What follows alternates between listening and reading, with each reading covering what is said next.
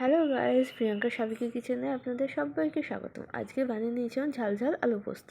তো চলুন দেখে নিই এরকম ঝাল ঝাল আলু পোস্ত বানাতে কী কী লাগবে। তার জন্য মিক্সিং জারে ফার্স্টে নিয়ে নিয়েছি আমি 2টো শুকনো লঙ্কা, সামান্য একটু চার মগজ, আর দিয়ে দেবো পোস্ত।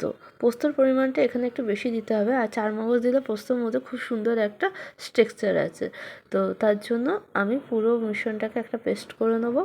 এবার কড়াইয়ে তেল গরম করে তাতে দিয়ে দিয়েছি ডুমো করে কেটে রাখা আলু। আমি কোনো ফোড়ন ইউজ করিনি, আপনারা চাইলে কালো জিরে বা পাঁচফোড়ন ইউজ করতে পারেন।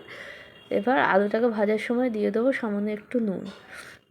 আলুকে বেশিক্ষণ ভাজবো না, আমি অল্প একটু তেলের মধ্যে নেড়ে ছেড়ে জল দিয়ে আলুটাকে সেদ্ধ করে নেবো।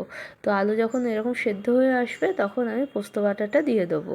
দিয়ে সামান্য কিছুক্ষণ নেড়ে নিয়ে জলটাকে আমাকে শুকিয়ে নিতে হবে।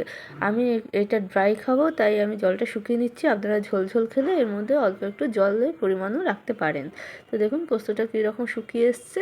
এই শেষ পর্যায়ে নামানোর আগে আমি দিয়ে দেবো কাঁচা সর্ষের তেল। এই সর্ষের তেল দিলে পোস্তর টেস্ট অনেক গুণ বেড়ে যায়। তো দেখুন আমি সার্ভ করে নিয়েছি, রেডি।